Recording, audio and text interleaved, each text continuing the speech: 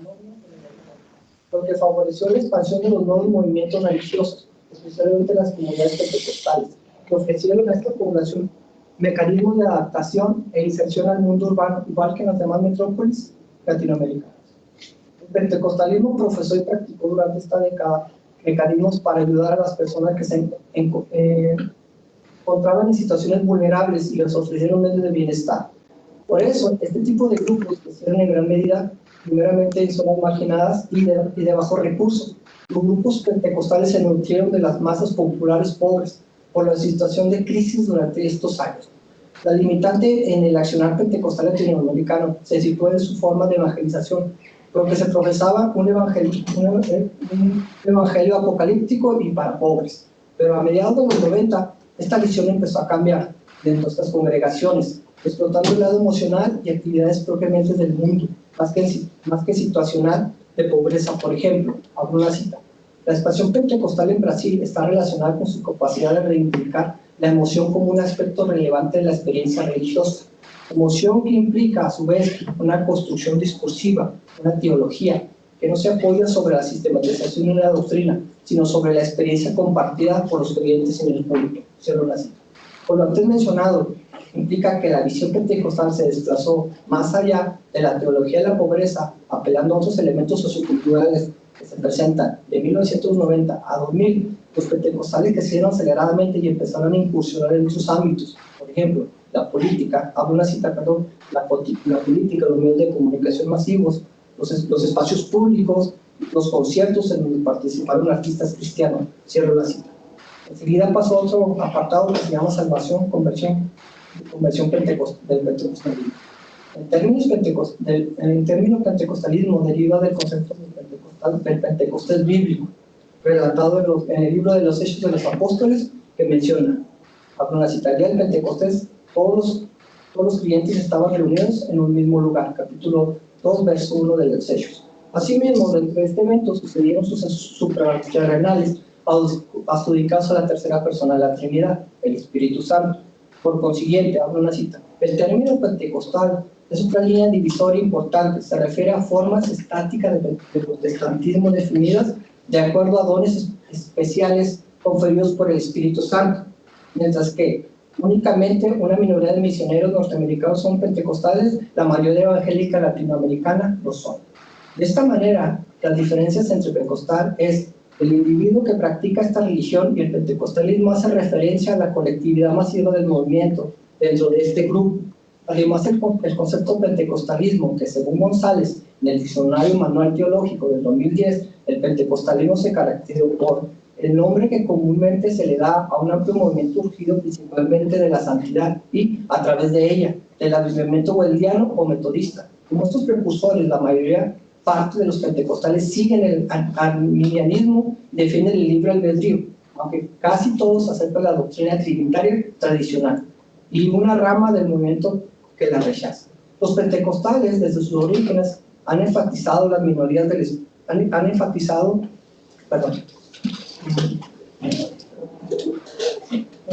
las manifestaciones del Espíritu Santo en sus actividades rituales, ceremonias o fiestas, pero el carácter trinitario de Dios Padre, Hijo y Espíritu Santo es parte integral de la cosmovisión de estas congregaciones, y cada integrante de esta triada tiene función específica en la vida cultica y cotidiana del pentecostal, el cual se entrega inicialmente a la fe de estos grupos, profesando salvación, que al mismo tiempo da un boleto seguro parcial al cielo y lo libera de la condenación eterna en el infierno. De esta forma adquiere otros bienes de privilegios celestiales. Por medio de la salvación se realiza una conversión que marca un cambio de vida. Abro una cita: se representa como un proceso milagroso de transformación, algo que no es posible sin intervención y participación directa de Dios. Cierro la cita. El converso pentecostal redirige su vida hacia el bien y trata de apartarse del mal. El bien y el mal están vinculados con la divinidad de la construcción occidental de Dios judío-cristiano. Por lo siguiente, la idea del mal no es tanto un problema, abro una cita, ontológico, sino moral, la rebeldía del hombre hacia Dios. Cierro la cita. Entonces, la redención moral, que se manifiesta en una ruptura radical o parcial de ciertos hábitos en la conducta relacionada con el mal, son porque el pentecostal cree que el hombre, antes de ser converso y por consiguiente salvo, tiene una condición caída que lo lleva al pecado y lo priva del bien, como lo afirma Max Weber, abro una cita: la caída del hombre en el pecado, su voluntad se ha visto del todo incapacitada para reencauzarse hacia el bien espiritual y la obtención de la máxima felicidad, de suerte que el hombre natural, alejado completamente del bien y sucumbido en el pecado, está desprovisto de capacidad para conversión y hasta para prepararse a ella. Cierro la cita. Pero la condición del caído cambia al momento de convertirse y dejar atrás prácticas y creencias que no son bien vistas en estas iglesias. Incluso son sancionadas como idolatría y pecado. Por ejemplo, beber alcohol, fumar, robar, mentir, hasta otras más graves como asesinar, adulterar o blasfemar. Lo antes mencionado es la génesis del nuevo creyente, para empezar a construir la relación cosmológica dentro del pentecostalismo y así comprender e interpretar cuáles son los rituales que construyen su nuevo credo y entra en una especie de ascetismo. América Latina, una impresión algo generalizada de retirarse del mundo. Los pentecostales se han vuelto indiferentes a los temas sociales y fieros opositores a la participación política hasta hace muy poco. Por la naturaleza del pentecostalismo es fuertemente individualista en cuanto a los asuntos sociales, intensamente emocional. En otras palabras, el nuevo pentecostal reorganiza su identidad y la redefine en pos del nuevo modelo religioso que se le expone. Sus actividades religiosas rituales son totalmente dirigidas a buscar hacer el bien y mantenerse apartado del mal, como una cita. Un creyente pentecostal lo expresa de la siguiente manera: el mundo en que vivimos está lleno de males, de pecados. El único modo de salvarse es reunir a todos y aceptar el perdón y el amor de Dios. Cierro la cita. Que se asocia a la vida pasada y al diablo. Aunque los pentecostales se inclinan por una profunda experiencia religiosa relacionada con las emociones, lo cual produce los dones del espíritu, caracterizados por manifestaciones emocionales y corporales, y que al mismo tiempo justifican alguna citalidad protestante de que el hombre tiene la capacidad de acercarse a Dios sin la intervención de un guía espiritual humano o líder religioso y sin ninguna ayuda exterior de objetos rituales. Es decir, la idea de que los seres humanos se relacionan de manera directa con Dios se fundamenta en el descubrimiento bíblico de Lutero, el justo por la fe bíblica de Romanos 1:17. Cierro la cita. Esta relación directa que se establece con Dios por medio del Espíritu Santo, por lo regular se manifiesta por acciones que están llenas de euforia y según los participantes los dotan de bienes espirituales, como glosaria, hablar en lengua, sanidades, curar enfermedades físicas, psicológicas y espirituales, profetizar, una especie de revelar el futuro, milagros, liberaciones, exorcismos, entre otros. Pero el miembro pentecostal es un ser humano ordinario que al momento de su conversión y la adquisición del nuevo credo pasa a ser parte de la tribu celestial, de la tribuna celestial, de la cual se gozará cuando la vida material termine en este espacio terrenal. Por lo antes mencionado, el pentecostal afirma que, aunque estemos en este mundo, no somos parte de él, ya que al momento de la conversión se adquiere la categoría de nueva creación bajo los parámetros celestiales. Pero a pesar de lo antes mencionado, existe una lucha por las viejas actitudes del converso, ya que automáticamente adquiere tres enemigos: la carne, pasiones, deseos del cuerpo, el mundo, la influencia social a hacer el mal, y el diablo, desde luego, como enemigo de Dios y por consiguiente de todo lo relacionado con él. Bajo los postulados doctrinales pentecostales, la conversión es automática, pero la santificación no. Es un proceso que se pasa cada día del creyente hasta que éste sea llamado al cielo.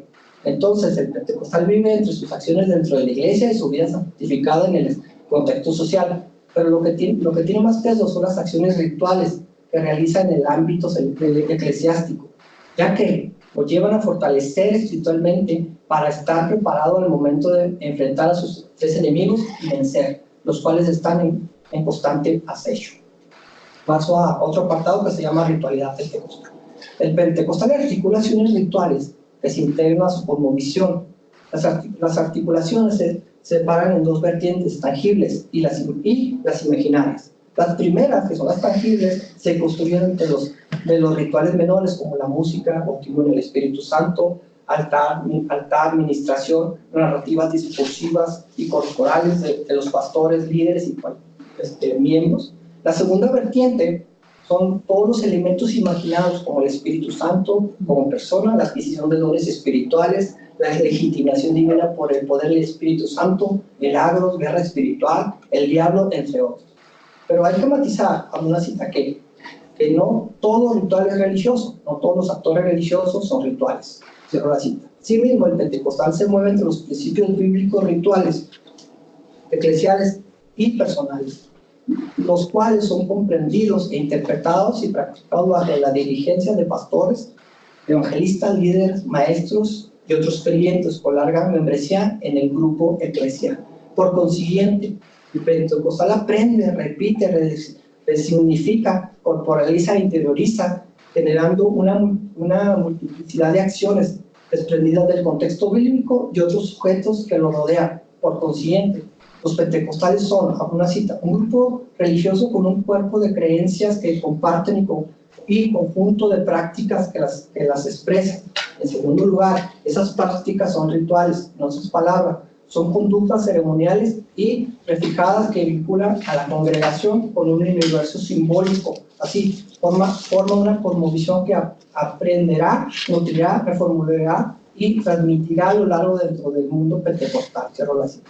Asimismo, para Rapaport, 2001, es alguna cita, la ejecución de secuencias más o menos invariables de actos formales y de expresiones no completamente codificadas, por quienes los ejecutan. Cierro la cita. A su vez, el pentecostal realiza un rito general denominado culto o servicio, en donde realiza una serie de acciones constantes que formalizan el ritual y consiste en bienvenida número 1, 2, oración, 3, lectura bíblica, 4, cantos de júbilo, 5, agradecimiento, 6, recoger la ofrenda, 7, cantos de adoración, 8, invitación a pasar al altar, 9, predicación, 10, cierre del culto en el altar, 11, despedida y anuncios. En el culto o servicio, abro una cita, formalización es identificable con las formas específicas, rituales y particulares y recíprocas, las cuales identifican la forma del ritual general. Cerró la cita.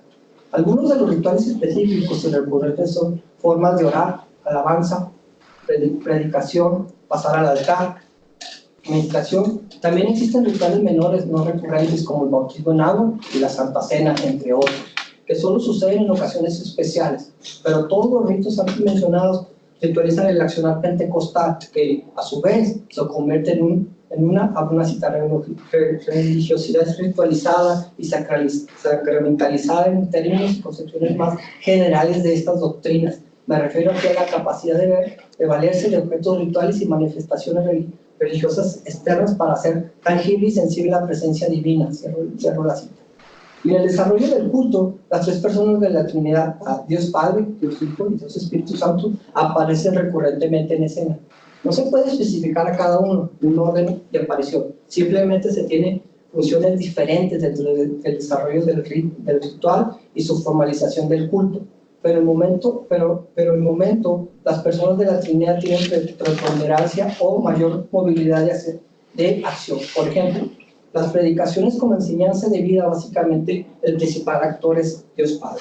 En la salvación y conversión es Jesucristo. En el desarrollo del altar, ministración y bautismo en el Espíritu Santo, por correspondencia es el Espíritu Santo. Por lo antes mencionado, la forma de interpretar a cada persona de la Trinidad es diferente. Además, la forma de visualizarlos es condicionada por los actos rituales en los cuales aparecen y son relacionados con la formalización del mismo. Y, alguna cita, los rituales se construyen a partir de combinaciones de ingredientes que alcanzan variados grados de intensidad y resultan en distintos montos de solidaridad y energía emocional e individual. Cierro la cita. Voy a tratar de concluir, porque ya no alcanzar a leer esto, perdón.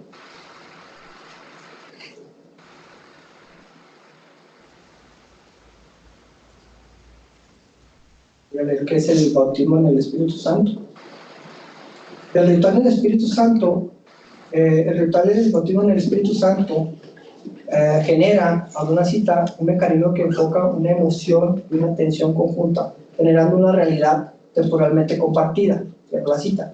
Dentro de los pentecostales y que se articulan en la cosmovisión Igualmente, la importancia del bautismo en el Espíritu Santo se ratifica la presencia de Dios en todos los aspectos de la vida del creyente. Considerando que este tipo de manifestaciones espirituales obligan al pentecostal a vivir una constante búsqueda de sensaciones y emociones para lograr las relaciones hermenéuticas del Espíritu Santo, que genera identidad porque se ve despertada y conformada por dones del poder espiritual conocido con el nombre del bautismo en el Espíritu Santo.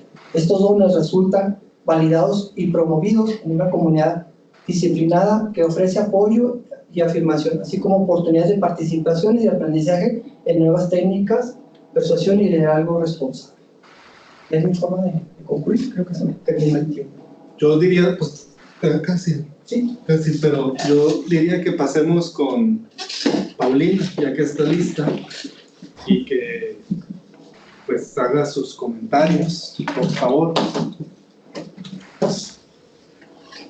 Sí, ¿me oyen? Sí, ¿verdad? Perfecto. Bueno, a ver, bueno, ya ni modo, me tocó la primera. A ver, yo tenía algunas observaciones de los textos que a mí me enviaron para revisar. Primero, no acabo de entender la pregunta de investigación. Me parece que dices aquí, ¿cómo se da la articulación entre las prácticas rituales, narrativas y la cosmología de la doctrina del pentecostal en las congregaciones pentecostales en Ciudad Juárez? Aquí mi duda es, ¿qué tiene esto de filosófico? Entiendo que es un doctorado en filosofía, ¿no? Entonces no veo, por lo menos en cómo está formulada la pregunta de investigación, la pregunta filosófica. ¿Sería esto más antropológica o no sé? Entonces tal vez haya que formularla con mayor precisión. Después, en la tesis, en el texto que me enviaron, es un párrafo que yo no comprendo, ¿no? Dices, hay dos vertientes de articulación, la tangible, la imaginaria. Entonces realmente no, supongo, casi haciendo hermenéutica, que entiendo que hay dos vertientes, una tangible y una imaginaria, y lo que alcanzo a entender es que tu tesis es que esto está bajo interpretar, o sea, esto está bajo el rito del Espíritu Santo, ¿no? Que es muy importante en los pentecostales, pero por lo menos por cómo está formulada, no sé, no acabo a entender qué, o sea, qué es lo que tú estás investigando. Si este rito influye en la comprensión de toda la religiosidad, entiendo que este rito evita, lo dices aquí, una lectura de la Biblia, dice, hay un alejamiento interpretativo de la idea original de Biblia. No sé si es, no sé si es por el tipo de rito o cómo lo estás formulando, ¿no? De verdad no acabo de entender cuál es la tesis. Y creo que parte del problema, a la hora que llegamos al problema de la investigación y a la metodología, me parece todavía muy flojo, o sea, le falta mucha fundamentación todavía a o cómo quieres utilizar la hermenéutica. Creo que este es el valor filosófico, ¿no? O sea, tú quieres plantear una hermenéutica de esto, no sé si, te pregunto, ¿sí o no? sí. Sí, bueno, entonces si quieres estudiarlo o hacerlo desde una perspectiva hermenéutica, me parece que este tendría que ser tu primera exposición y la parte más fuerte metodológica, para que entienda, tal vez este es el orden que a ti te falta ahora para reorganizar todo lo que has estado investigando. Y aquí también en la bibliografía lo vi todavía muy carente de la hermenéutica, es algo bastante complejo. Tú tendrías que también determinar bajo qué, o sea, qué tipo de hermenéutica quieres retomar, porque hay muchas. Entonces, si, no sé, si quieres la hermenéutica analógica de Beuchot o si quieres, no sé, otra, tomar a Gadamer. Y creo que esto a ti mismo te daría claridad a la hora de estructurar tu pregunta de investigación, tu metodología hay un momento en el que, en una cita muy importante, cuando ya me vas a decir que es hermenéutica, y citas a un tal Aguilar, y después lo busqué en la bibliografía y no está. Entonces, esto es importante, ¿no? Ahorita en el texto que yo tengo aquí se me perdió, pero lo busqué en la bibliografía.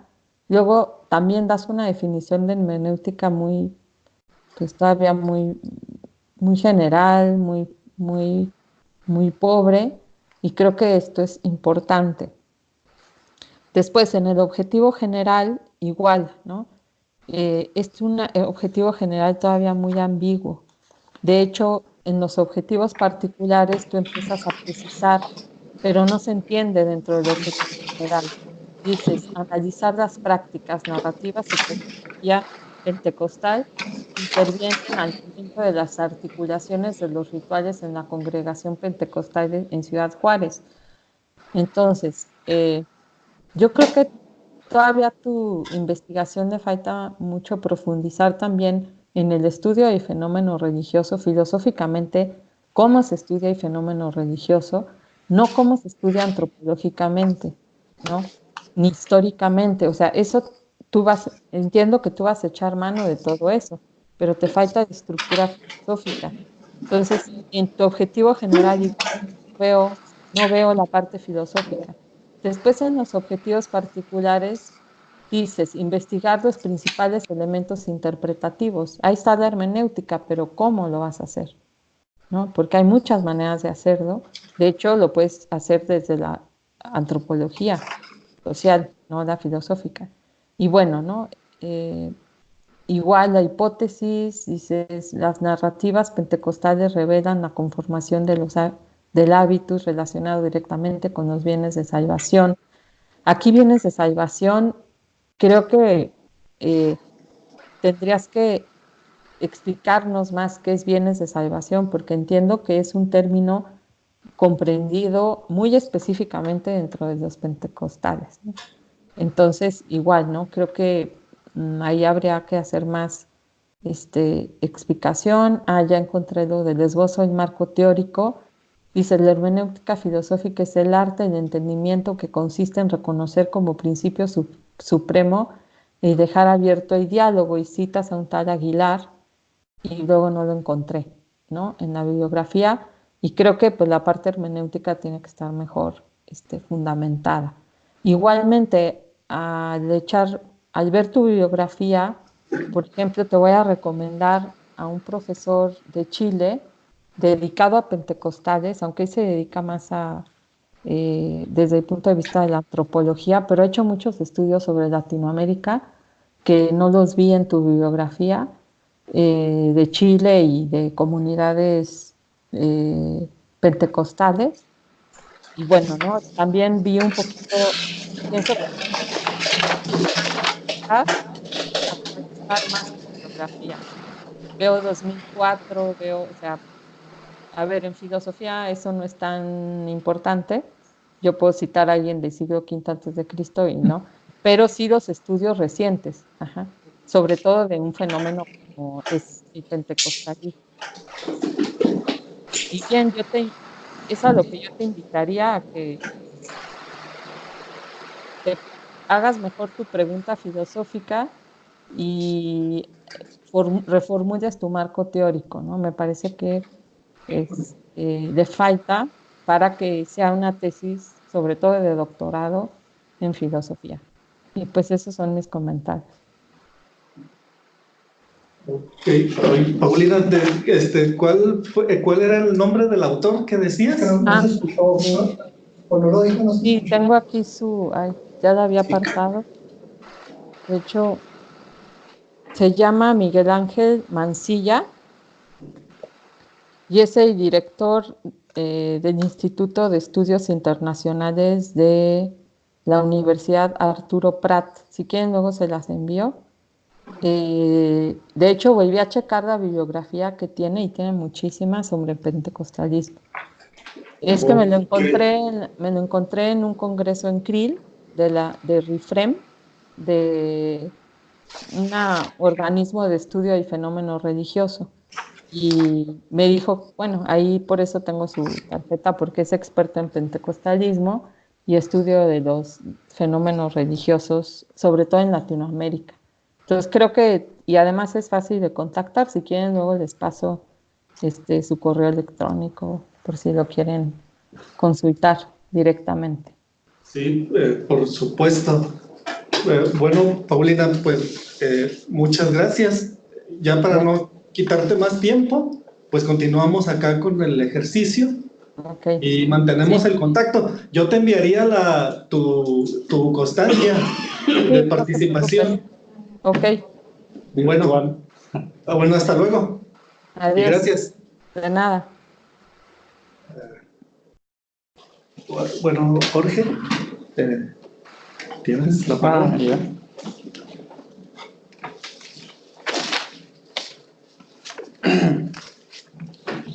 Bueno, mira, muchas cosas ya las acaba de comentar aquí la doctora. Yo bueno, lo tuve que leer 2 veces porque primero puse anotaciones en PDF y se me borraron y las tuve que poner de modo tradicional. Y una de las cosas que sí veo que comparto con la que me precedió aquí, los comentarios, es que no defines muchas cosas. Por ejemplo, hablas del pentecostalismo, pero aparte de lo que mencionaste en la presentación, que ya tiene algo más histórico, el otro, ¿no? Se me figuró más como describir un proceso de evangelización, pero por parte de los pentecostales. Te omites mucho el aspecto político, el aspecto social, el origen. O sea, si bien mencionabas que en Estados Unidos empieza la corriente, pero ¿de dónde viene? ¿Cuáles son sus fundamentos filosóficos de esta corriente? Por ejemplo, en ningún lado veo que hayan mencionado pues de los principales que empezaron a salirse del manejo de la Iglesia Católica, como Lutero y Calvino. O sea, no veo por ningún lado esas menciones. Luego otros aspectos, por ejemplo, al estudiar la religión, aparte de las cuestiones filosóficas, también es necesario ver el aspecto antropológico. Por ejemplo, tú hablas de rituales, de una cosmología, de una hermenéutica, pero por ejemplo en el concepto de rituales, pues el ritual se hace porque viene una producción, viene un antecedente simbólico, y eso no lo aclaras y mencionas en muchas cosas. Por ejemplo, una palabra que me cuesta glosolalia, algo así, que mencionas que se hablan en otros idiomas, algo. Me recordó mucho a estos mercaderes del cristianismo, a los de Pare de Sufrir, que se ponen ahí de repente y se ponen a hablar así, muchas cosas raras. O por ejemplo, cuando mencionas, por ejemplo, yo, no porque sea católico y del Opus Dei, no, mencionas, por ejemplo, muchas cosas de los rituales. Yo vengo bueno, mi formación empieza en un pueblo en Michoacán que se caracterizó por ser cristero. Entonces, desde la confirmación, la primera comunión, nos aventaban unos rollotes para tener temor al infierno, para decir nuestros pecados, para poder adquirir la comunión, que después se veía que la comunión es pues casi un acto de canibalismo simbólico, ¿no? Porque te comes el cuerpo de Cristo y bebes su sangre. que esa después la sigue uno buscando por todos lados. Pero te están dando una idea, una cosmovisión del mundo, una moral, una forma de proceder. Y aquí tú mencionas toda la descripción del rito, así de los 2 bautizos. Uno hablas que el comunicarse con el Espíritu Santo es un rito como de quemarse o que es un rito con fuego. Yo me quedé, pues dije, pues ¿cómo es ese tipo de cosas? ¿Y qué es lo que están buscando? Y luego aparte te vas al aspecto sociológico, así dando unos saltos medio raros, y ya hablas del incremento de la población, pero mencionas la nota de un periódico en la que prácticamente te está diciendo que el 40 y tantos % de la población en México es cristiana. Pero yo te sugiero que busques otros datos, porque las encuestas de los periódicos muchas veces son en ciertos sectores o un número determinado de personas, pero perdón, pero no son demasiado confiables. Es mejor buscar estadísticas para tener una idea, una apreciación más real del incremento que se ha dado, porque si bien sí se ha dado incremento, pero no es tan grande. Por ejemplo, a mí me tocó ver cuando llegué a Ciudad Juárez, me llamaba mucho la atención de que hay una multiplicidad de iglesias. Por ejemplo, cuando uno está en El Paso y vas de lo que es la Mesa y parte de la Montana, hay como 5, 6 o 7 iglesias ahí, y cada una es diferente. Aparte está la de San Patricio, que es la que predomina, pues por mucho tiempo estuvo ahí presente, sobre todo la cuestión católica. Y aquí pues hay muchas. Por ejemplo, recuerdo mucho de mi esposa, que el último año antes de jubilarse de dar clases en la primaria, lo mandaron a una muy cerca de donde dice lee la Biblia, y tenía varios alumnos. Le costó mucho trabajo hacerles una genealogía de los papás, los abuelos, los nietos, porque por lo general tenían 2 o 3 hermanos de papás diferentes, y aparte sus mamás trabajaban en maquilas y pues no los podían atender, entonces los dejaban una semana en una especie de hospicio, pero eran cristianos, y los cristianos pues les aventaban ahí su rollo. O sea, un proceso de evangelización. Eso sí lo notaba, pero si lo comparas, por ejemplo, con las danzas que se hacen el día de San Lorenzo, por simplemente las peregrinaciones del Día de la Virgen de Guadalupe, pues no es, sí es alto el porcentaje, pero no es tan alto. Yo diría un 10, 20% cuando mucho. Eso, y otra parte que lo pones, no sé si hace rato mencionaste que son indiferentes a problemas sociales, no sé, porque no oigo muy bien, pero por ejemplo, el letrero que caracteriza ahora mucho a Ciudad Juárez, lee la Biblia.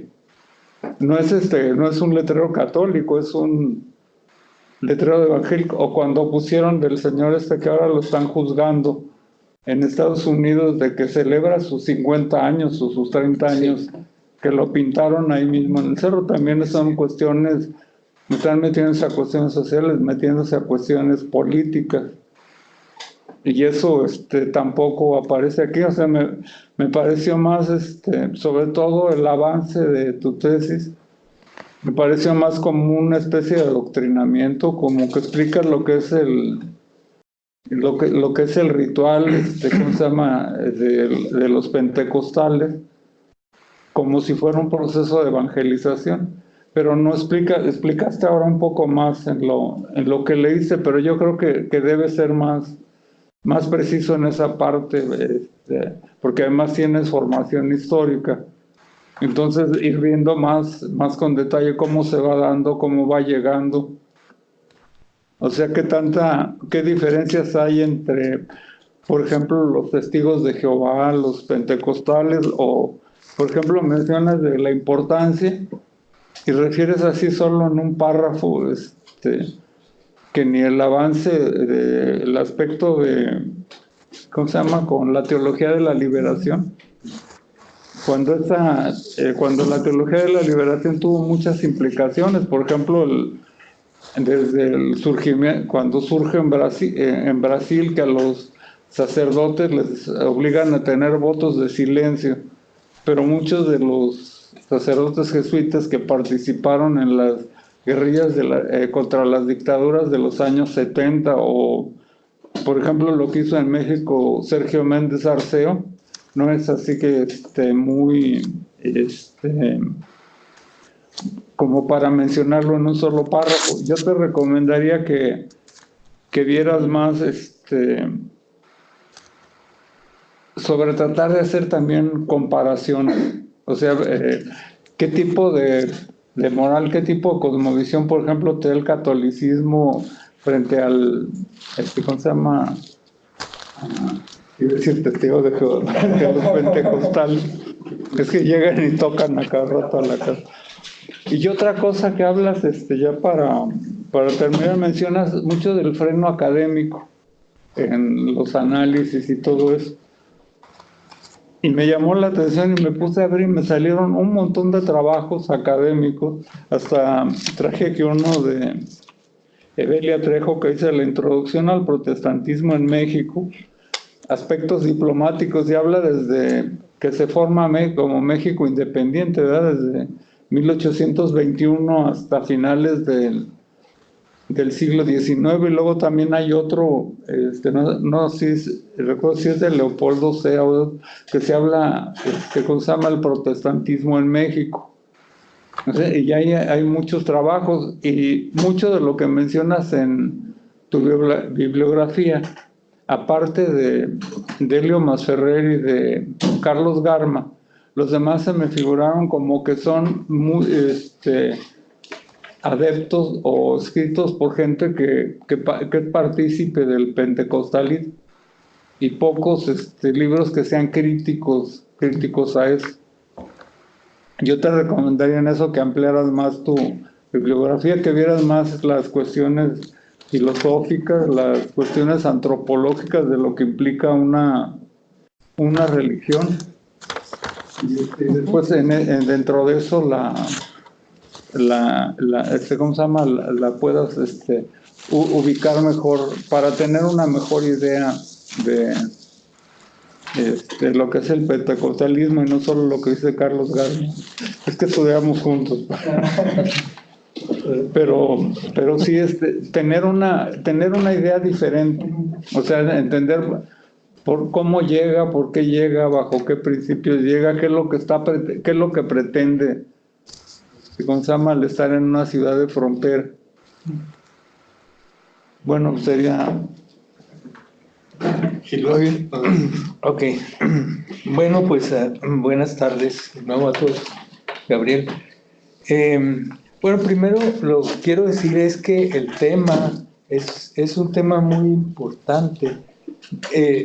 Su importancia, por un lado, tú lo resaltas bastante en el crecimiento del pentecostalismo en Latinoamérica. Entonces, pues esto sugiere que es una respuesta a algo, es una buena respuesta, o sea, responde a algo. ¿A qué? No sabemos exactamente, pero es una buena respuesta desde el momento en que tiene este crecimiento. Por eso digo que es importante el tema, y además es interesante desde muchos aspectos. Ahorita que Jorge mencionaba, no sé si sea algo equiparable a la teología de la liberación en América Latina, este movimiento.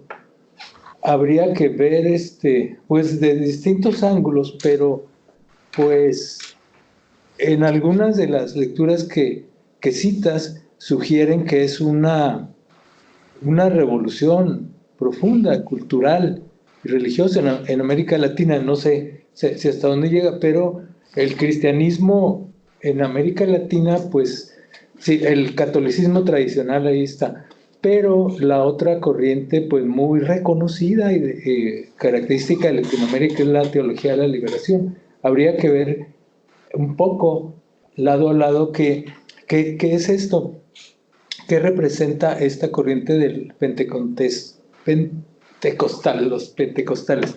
En ese sentido es interesante. Ahora, en el planteamiento que tú haces como pregunta, quiero enseguida abordar algunas cuestiones que ya han tocado sobre el ángulo filosófico de esto, pero porque cuando hablas de este movimiento, como respuesta te diriges a algunas consideraciones sociopolíticas, de política económica de los Estados Unidos, como que este movimiento fuera una respuesta a todo eso, como una creación artificial, un poco para dar una respuesta a algo, pero ahí no se aborda la parte interna, doctrinal todavía. Ahorita quisiera referirme a eso, pero tal como lo planteas, me parecería que cuando hablas de la articulación, se está refiriendo a ya una doctrina muy elaborada que existe, de ritual y de teología y de todo, y me parece que el planteamiento es cómo eso se actualiza o tiene lugar en nuestro ámbito particular, aquí Ciudad Juárez. Solamente eso, parecería que tu planteamiento es ese. Cómo aquella, toda esa teología, toda esa doctrina, se hace presente en las comunidades pentecostales aquí en la localidad. Y ahí pues no veo el ángulo filosófico mucho, aunque sí lo hay. Por ejemplo, si lo planteamos así, hay una contradicción ahí, o a ver si te parece que es una contradicción. Por un lado, hablas del individualismo que es característico del protestantismo, el libre examen, no intermediarios ante Dios, no nada, ¿no? Un contacto directo y esa doctrina está presente aquí, en el movimiento pentecostal. Y por otro lado, dices que si lo aplicamos, como te decía, esta interpretación o esta forma de entender tu planteamiento, dices que hay un alejamiento interpretativo por parte de algunos practicantes. Pero, ¿quién te autoriza a ti a decir que ese es un alejamiento interpretativo? Ahí tendríamos que decir cuál es la verdad o cuál es la verdadera interpretación. Y yo creo que ahí, y si, como la colega lo dijo antes, si tu ángulo filosófico es el método, es la hermenéutica, tendrías que irte a los estudios de Schleiermacher, del cristianismo y el nacimiento propiamente de la hermenéutica moderna, para ver esto de cuál sería la interpretación válida de algo. Entonces, me parece que hay esa contradicción. Por un lado, dices, está la doctrina del libre examen, el libre contacto con Dios de cada quien, sin intermediarios. Y por otro lado, dices, pero se está alejando. ¿Con qué autoridad lo dices? Tendrías que resolver ese punto en los ángulos filosóficos.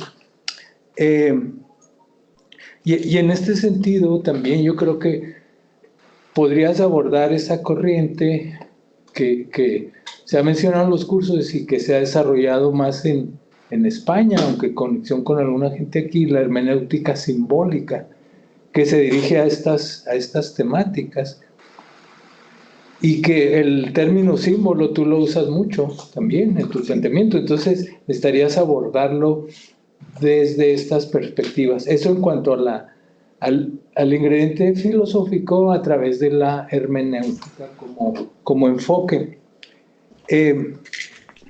Pero también tenemos otro término otra noción que es muy importante en tu planteamiento, es el de las emociones. Y ese es un tema que se ha abordado filosóficamente también. Por ejemplo, una autora contemporánea, Martha Nussbaum, tiene un tremendo libro sobre las emociones y ahí la aborda la analiza de diversos puntos de vista, pero uno predominante está en conexión con la filosofía griega estoica, con los estoicos. Oye, ¿puedes repetir el nombre de la autora? Martha Nussbaum, que tiene el otro libro que se llama La terapia del deseo, que es un libro también interesante.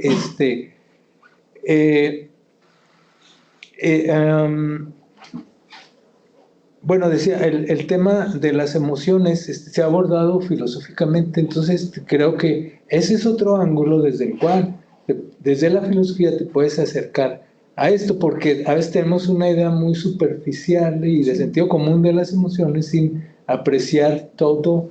Incluso pues se continúa hoy la investigación en esto. ¿Qué significa una emoción? ¿Cuáles son sus elementos corporales, afectivos, pero los cognitivos y de otro tipo que están presentes y que de los cuales Aristóteles hizo un trazo, un bosquejo, pero ya se ha hablado mucho, por lo menos dado que tiene ese papel importante en tu trabajo, entonces, y en el ritual.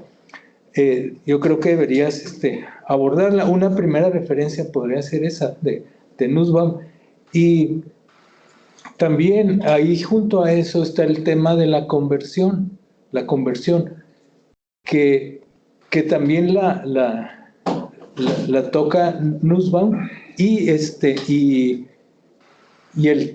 creo que el trabajo de Michel Foucault, de la hermenéutica del sujeto, cuando habla de la conversión, que luego los cristianos tomaron el término epistrofé y la cambiaron a metanoia, el término cristiano que usaron. Bueno, ahí es interesante verlo porque se da dentro de todo el trasfondo de la influencia de la filosofía griega, helenista, del helenismo sobre todo, en el cristianismo. Entonces, esos son elementos que pudieras revisar, y donde está esta noción de la conversión, que me parece que puedes abordar. Foucault y Pierre Hadot, el francés, que es la filosofía antigua, han abordado esos temas de forma muy, muy interesante que podría servirte. Ahora, en cuanto al aspecto filosófico, pues sí, ahorita te sugerí algunas cosas, ¿no? Donde se conecta un tanto con la filosofía, pero sí hace falta.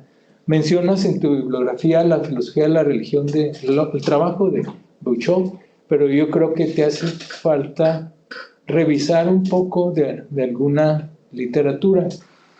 Mira, aquí tengo un libro que es una antología y toca temas como, por ejemplo, los argumentos teístas, el problema del mal, conocer a Dios sin argumentos, claro, la experiencia religiosa y otros que te convendría abordar, y si no que estudies este fenómeno pentecostal desde todos los ángulos, a ver cuáles son más apropiados, para darle más esa orientación filosófica, y que tu trabajo no sea solo pues una transposición, por así decirlo, o traslado de la doctrina pentecostal sin cuestionarla, sin ahondar en nada de ella, y simplemente ver cómo se manifiesta en Juárez y analizar las narrativas de los participantes, aquellos que quieren. Porque si lo dejas así, pues no tendría mucho el contenido filosófico que esperamos.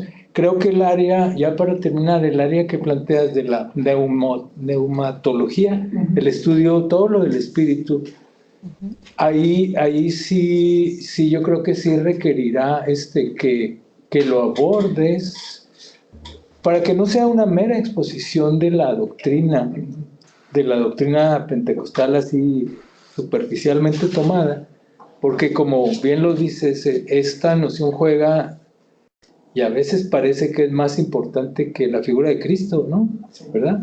El Espíritu Santo. Pues rastrearla, esta doctrina que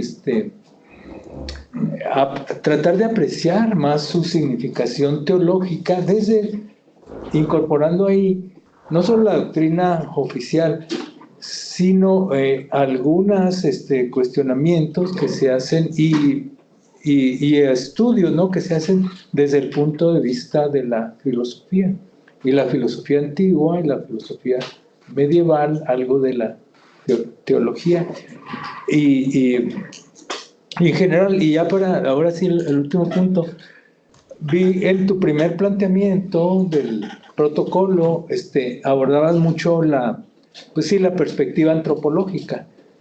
Ya ahora mencionas hacia el final de este texto del que ahora leíste, que este tema se puede abordar de la antropología, la sociología y la filosofía, pero pues solamente ahí mencionas la filosofía. Te sugeriría dar como un puente, que veas la obra, por lo menos como para entrarle un poco de la antropología a la filosofía, la antropología filosófica de Ernst Cassirer, y ese sería como un puente hacia esto. ¿Por qué filosófica? ¿Qué es la antropología filosófica? Ahí vas a encontrar entonces la dimensión filosófica para que te abras más camino, ¿no?, en esa disciplina. Y un antecedente de esa obra de Cassirer es también de él, que es filosofía de las formas simbólicas, que es pues también debe ser clave para nada más que la revises y cuáles ángulos te pueden servir para acercarte y abrirte más terreno. Gracias. Muchas gracias, Roberto.